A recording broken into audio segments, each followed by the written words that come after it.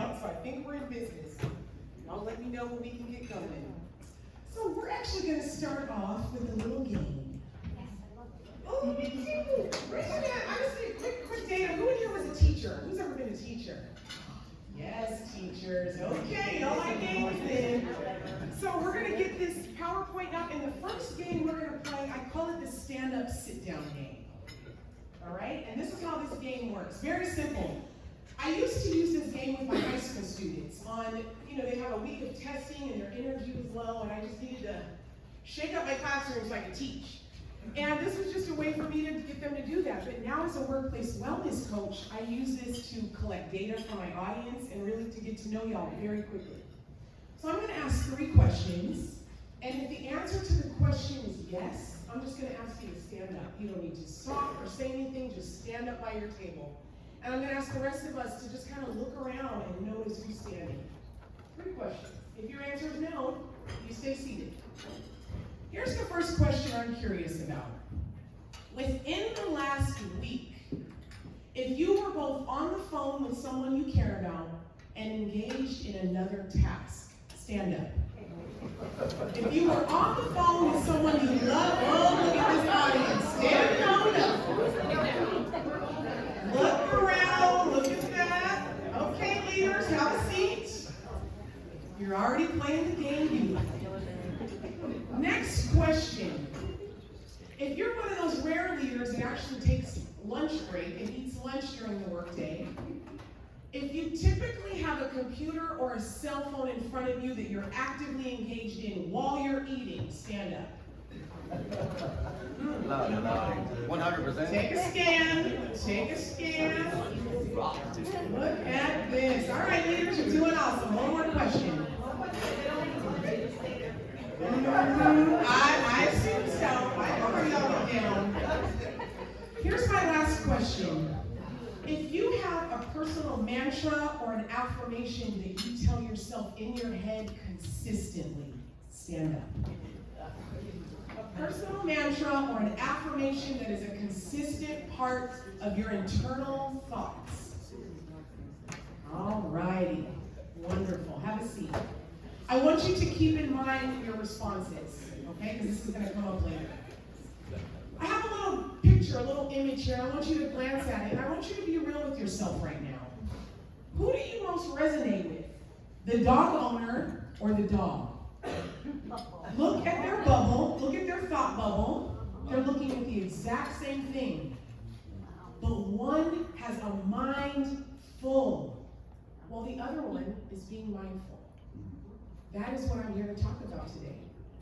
Mindfulness is nothing new. It's a buzzword. If you're at all into wellness, it is the word that's being tossed around all the time. You probably follow people on social media that throw this word out all the time.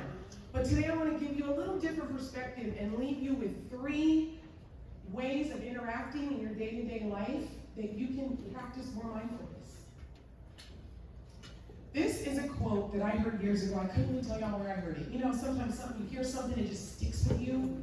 I couldn't even tell you, I don't know if I read this in a book, if I heard it in a speech, but this quote stopped me in my tracks, and I use it all the time. Can you be where your feet are? This is one quote, and I invite you to incorporate this in your life. When you feel that there's a lot going on at the same time and you're not fully present in the moment, say your name. Coco, can you be where your feet are? I said it right before I walked up here. Because no other moment matters. 2 minutes ago is gone forever. I'll never get that back.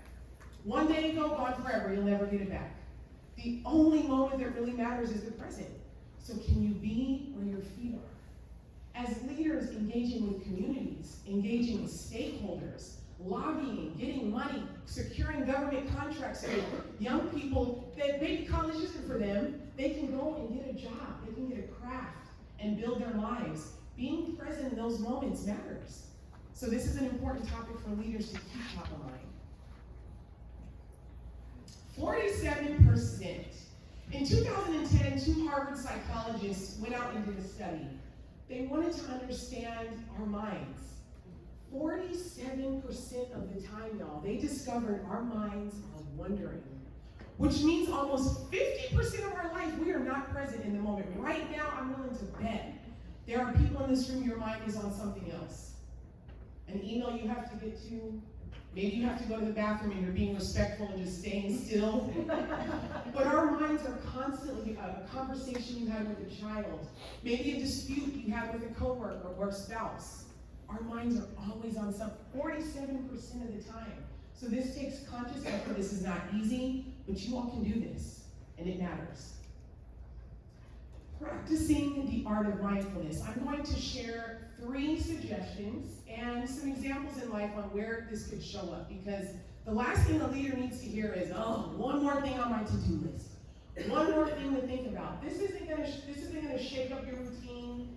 This isn't gonna throw you off. This is just gonna be incorporated in your daily life, stuff you were already doing, okay?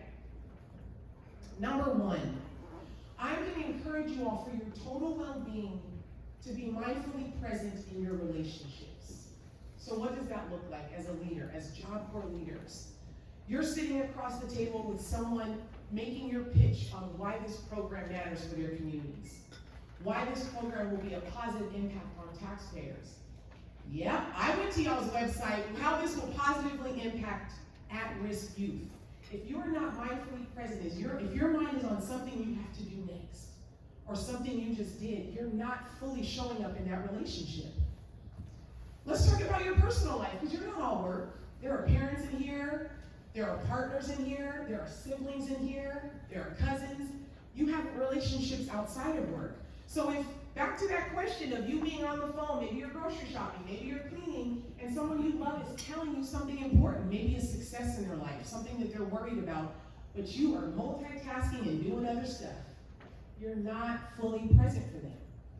And here's really what's interesting, y'all. We think, and I'm gonna include myself in this category, that we are exceptional multitaskers. Who thinks they're a really great multitasker? Okay, maybe none of y'all are. Statistically, our brains, neuroscientists have studied this, our brains are not created to do more than one thing at a time. They're just not. We may think, but our neurotransmitters are just beep, beep, beep, they're just bouncing around in our brain. These brains are not made to do more than one thing at a time. So when you can be present, if you're face to face with someone, the body language, the tone, being able to listen, when do I chime in? It's just a different level of mindfulness and really can improve our relationships, even our most intimate relationships. Okay, so being mindfully present in relationships will make you a stronger human and leader. Second, being mindfully present in your daily routines. Quick poll, raise your hand if you make up your bed every day. Look at y'all! 8 times. Look at y'all. I grew up an Air Force kid. Both of my parents were in the military, so that is structured. You have your bedroom neat, you have everything clean and tidy, you can think. This is a part of our daily routine. So I asked the question, how many of you are eating lunch while simultaneously maybe checking emails, scrolling social media because you just need to have a brain-numbing moment? You're not being mindfully present with that food, with how it was created, the taste, the textures, especially if you're a good cook and you spend an hour preparing the meal. You're going to rush on through to get on through it and not be mindfully present with that dish. But daily routines as simple as making your bed, walking around the bed to fold the sheet down, brushing your teeth. I am so guilty, y'all. Walking through the house, brushing my teeth, getting stuff done, starting a cup of coffee, but standing in front of the mirror, spending time with just your daily habits. That is another way we can be mindfully present, and believe it or not, help calm some of our anxiety. We're walking around wondering why our shoulders are up to our ears, why we're feeling so tight and tense. It's because we're trying to do the most all the time. So mindfully present in daily routines. The eating one is, I share this statistic with my students, and it really changes their mind on how quick they eat as college students. It takes our brain, y'all, 20 minutes to register that we are full. The average American chews between 3 and 5 times before swallowing their meal. So slow down, be mindful, enjoy what's directly in front of you. It really makes a difference. The next one, be mindfully present in those thoughts. I asked some of you, and I would love to hear if someone doesn't mind sharing, your personal mantra or your affirmation that you say consistently. Would anybody like to share? I think I'm doing good on time. Would anybody like to share what theirs is? It might be really profound and help someone else in this room. Yes, ma'am. I'll do it. I am, and then I usually fill in the blank, depending upon. So give me an example, give me the I filling. am fierce, I am smart, Oh. I am. Wonderful, So and do you changes usually say everything. that right before you go in to do something? Typically, or if I've got something hard I'm working on or processing in my mind, I take a moment to be like, I am graceful, I am whatever. So it just fills in the blank. That's great, thank you for that. Does anyone else feel empowered now to share theirs? Yes, ma'am. I usually do the Superman pose, and then before I have to do something. Oh, do you want to show us what that is? Deep breath. You just like, I got this. calms your breath. It makes you take a deep breath. Absolutely. Yeah. Before you walk into something. It's y'all are running things. Y'all are closing deals worth multi-million-dollars. You're changing children and communities' lives. And we have these small little things that we do that make us mindfully present. It doesn't take much. You don't need to go take a class or get a cert on this. This is just what it is. It's just basic stuff. So I heard this quote, again, I don't know where I heard it from. You know, it's a Gandhi quote, but I'm paraphrasing here. I will not let those with dirty feet walk through my mind. But to be honest, we are sometimes the ones with the dirty feet. I'm with you on that. We are self-doubting, being our toughest critic in our own head before we're about to walk into a room and do something deeply important. No matter how optimistic you are about children and their future, we have pessimistic moments. So that mindfully present with your thoughts, how you're thinking about whatever you're about to do, how you're feeling about yourself in that moment is profound. And again, it will make you a more effective, powerful, memorable leader. If some of you are sitting here just like, oh, this is for the birds, or I don't have any managers, I'm not creative, I can't come up with something, I'm going to show you how simple it is. I'm going to share a few with you, okay? If this is not your personality and it doesn't sound like your voice, tweak it.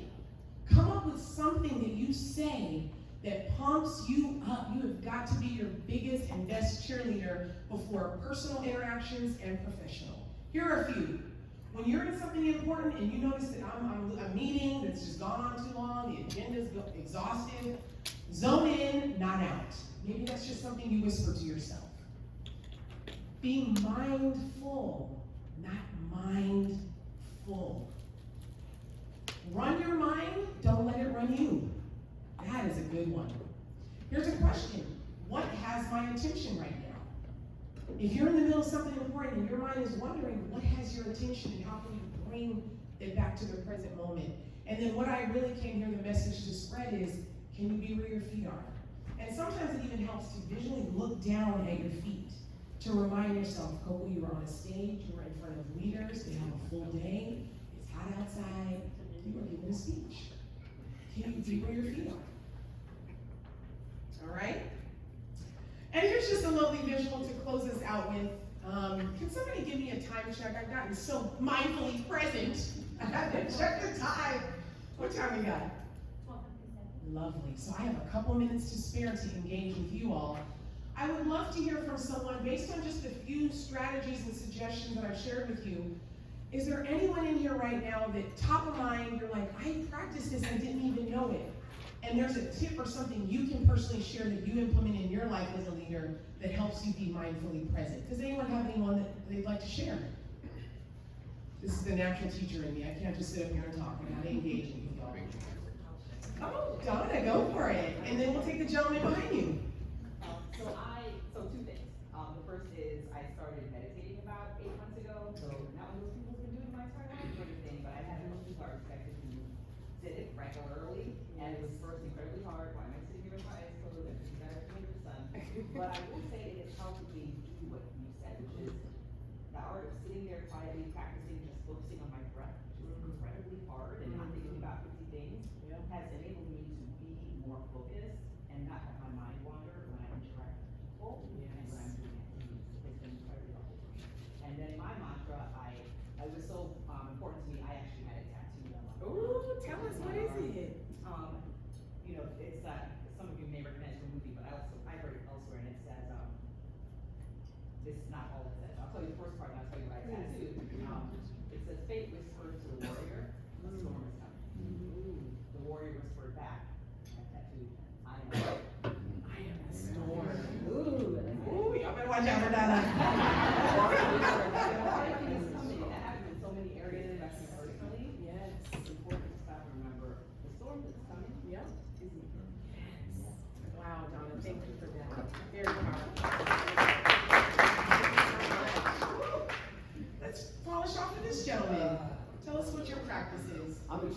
hyper, and Okay. I'm very passionate. Oh, I hear some rumblings Yeah, in the audience. yeah, they already know me. I'm extremely passionate and extremely hyper. Yeah. And so I have to take an emotional inventory almost anything I have to do. Yes. And I have this technique when I really, really want to do something, Yeah. I won't let myself do it. I'll wait an hour, 2 hours, maybe the next day, because I don't want my passion to be misinterpreted as intimidation or a lack of caring. And if there's something I really don't want to do, Yeah. that's the very first thing that I jump into. So when you're thinking of how you prioritize your day, what you're prioritizing, what's being bumped up, if something feels really urgent, you avoid the instant gratification and take your time. It's not necessarily urgent to me, Okay. because I'll do urgent things, but if I'm super passionate about it, if Yeah. I'm upset about it, if I'm irritated, if I feel like, that person has disappointed me or not met the mark, I realize a lot of it, I've had HR persons tell me, John's people are just not as passionate as you are. And if you're trying to get the message across, make sure they're able to receive it. Yes. So I have to make sure that I'm not gonna throw that fastball. That is I have to wonderful. make sure they're able to receive. So if it's still an urgent concern, I'll deal with it. I'll try to tone it down, try to Yes. gauge it back, but I'll try to lean away when I'm very, very, clear-sighted. That's great. And when I'm like, there's somebody that I have to have a difficult conversation with, and I've been working on the growth and development, Yeah. and I feel like they're not gonna take this well, I go ahead and come up with this conversation. And see, thank you for that. That is a sign of an emotionally intelligent leader. People think, oh, I know my emotions. It's about the emotions of the person in front of you. Sometimes we gotta dial stuff down and be aware of who's in front of us that we need to dial up. But if you're not aware of yourself and mindful of who you are, it's gonna be difficult to do that, to understand who's in front of you and how to switch up a bit. So I just wanna thank you. I know I didn't have much time with you all today, but if mindfulness, if you got curious about it at all, maybe you start to explore this. I was just telling my sister on the way over here that I want to go on a silent retreat for 7 days, just in total silence somewhere. So I'm still investigating and doing that research, but maybe you all take a vacation by yourself, or even if you're with your family, find little carved out moments to be in solitude and be present with who you are so that you can be restored and continue to do this beautiful work. Thank you all so much. It's been a pleasure. Thank you very much.